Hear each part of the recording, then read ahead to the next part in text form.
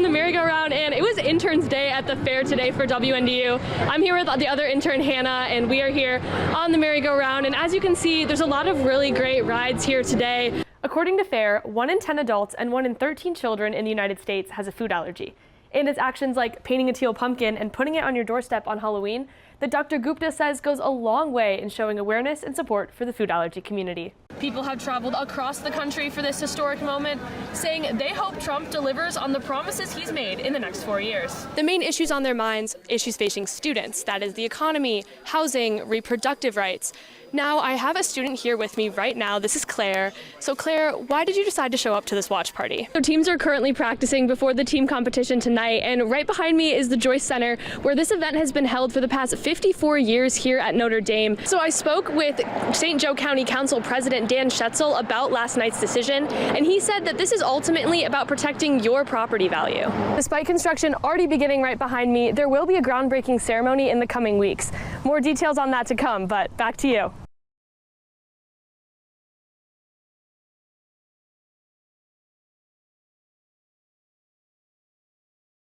Michiana is surrounded by water. So it's no surprise that it is home to a well-known training program, the Indiana River Rescue School. We trained thousands over the years, some from Texas, other parts of the country, other parts of the world. The school has been supporting relief efforts in the U.S. since its start in 1983. We keep a team that's ready 24/7 in the city of South Bend to respond here, but we're also capable of deploying outside of the city of South Bend.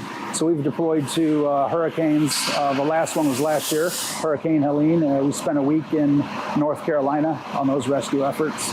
Now, it was just a few days ago in this very spot where officials conducted a water rescue, and it's on this very St. Joe River where the Indiana River Rescue School hosts their trainings.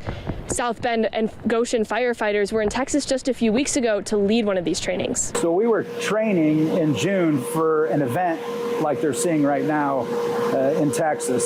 So the rescuers are very trained for what they're doing. This isn't just something that happens overnight.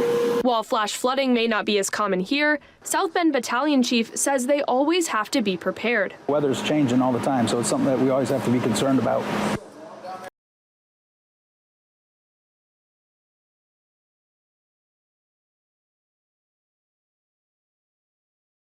The Senate Committee on Finance began its confirmation hearing for Robert F. Kennedy Jr. on Wednesday, President Trump's nominee for Secretary of Health and Human Services.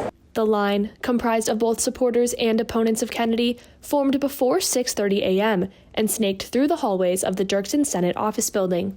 Senators stressed the impact of the HHS position on American health outcomes. Unlike other jobs we're confirming around this place, this is a job where it is life and death. Many of the questions involved vaccines.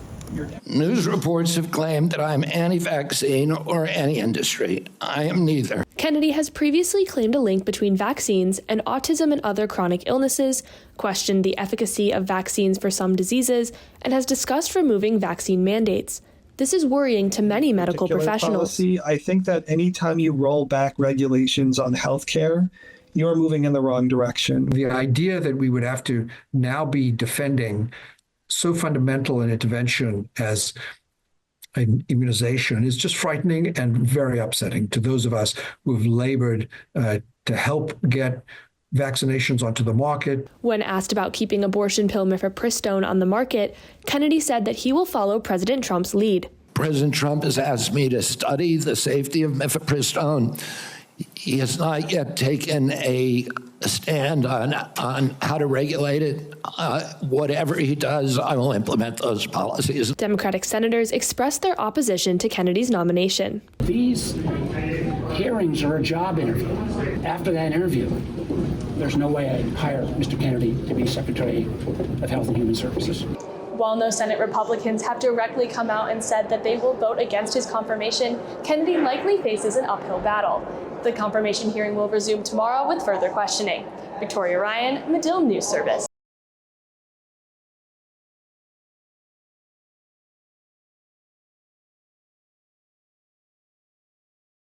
Like many sophomores at Northwestern, Aaliyah Dury eats at the dining hall every day. but her gluten intolerance limits her options. It is pretty hard, to avoid gluten. I appreciate that there are, pure eat sections in every dining hall. A recent change added a disclaimer to dining hall ingredient labels, saying, quote, "These items contain additional ingredients. If you have questions, please ask a manager." It has a little carrot icon, and that indicates hey, this item is something we don't make in-house, has a long list of ingredients. Now, it's not just as easy as grabbing a cookie. Students with dietary restrictions rely on the electronic and printed labeling to know what food is safe to eat.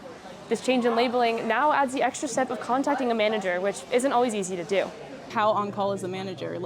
What if I call you and you're not, and I need to eat now before class? Students be concerned at all about this change in the labeling? Or has anything changed, from a, From a back of house? Yeah. Oh, no, not at all. We encourage you, if you have allergies or special dietary needs, to ask our manager to get you that box, to tell you more about it. It is estimated that around 11% of college students live with a food allergy, and many more have dietary restrictions. For people living in dorms, underclassmen mostly, this is the only way they can acquire food. And so I think it's really important that they are comfortable eating there every day for every meal. Northwestern won Food Allergy Research and Education, or FAIR's, 2024 Campus Dining Award. In January of this year, GUMAS began aller swab testing the pure eats and avoiding gluten areas of the dining hall each month.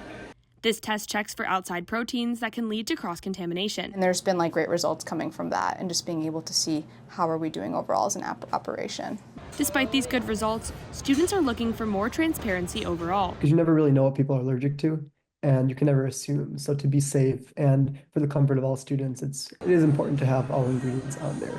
Victoria Ryan, Northwestern News Network.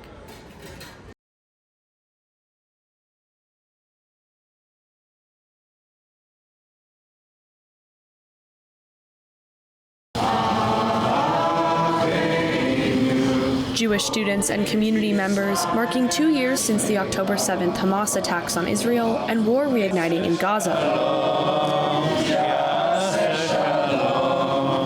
The memorial just hours after President Trump announced that Israel and Hamas have agreed to the first stage of a peace plan. We have just learned that there's now a deal to return all of the hostages, and so that's a huge moment for our community. Holding candles, flags, and kalanit flowers, the national flower of Israel. We've been praying for peace for all in Israel and Gaza. We've been praying for the return of the hostages. Sharing the stories of those affected by the attack. Among them, Gali and Ziv, twins who were brutally kidnapped. We still have so much of that sorrow in the stories that we shared today, but we also have glimmers of hope. This hope, a central theme throughout the night. Victoria Ryan, Northwestern News Network.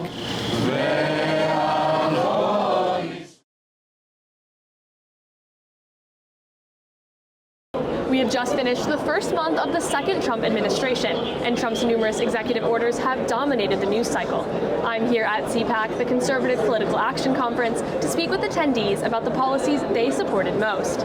Overall, people seem happy with the changes Trump is making. I think he is a great man, and I think that everything he does has great intention for our country, and he's trying to help the youth. Overall, people seem happy with the changes Trump is making. The deportation of the immigrants. Some things I really enjoyed is that he's cracking down on the border.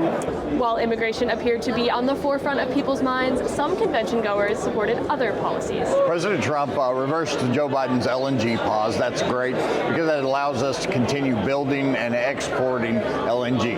I also love the DOGE. I love the Department of Government Efficiency. I like the fact that we now are having a transparency in terms of how our hard-earned tax dollars are being spent. Attendees also shared their hopes for the coming months of the second Trump term. I'm looking forward to Social Security not being taxed. I would also like to see the no tax on tips. Lower taxes, be able to fund roads, schools, hospitals, first responders, and so really just a greater America. At CPAC for Medill News Service, I'm Victoria Ryan. Incumbent advantage was the story of Tuesday's election in Evanston. Let's break down the results. Mayor Daniel Biss won re-election by almost 25 points. Opponent Jeff Barini picked up about 6,000 votes but was not able to defeat Biss. Incumbents won in all but one ward where they were up for re-election. In the 8th ward, challenger Matt Rogers defeated incumbent council member Devin Reed by about 29 points. This is a significant victory for Rogers. He chaired the Land Use Commission, which gives him urban planning and zoning experience as the city implements the Envision Evanston 2045 development plan. Councilmember Reed served only one term. In the wards where council members were not seeking re-election, Sean Isles won the election in the 3rd, and Perel Davis won hers in the 7th. Davis will represent the neighborhoods surrounding Ryan Field. She spoke out against the Ryan Field rezoning vote last year and opposes Envision Evanston 2045, saying it lacks data-driven decisions. She won her re-election by over 15 points. For more updates on election results, tune into our show on Tuesday, April 8th.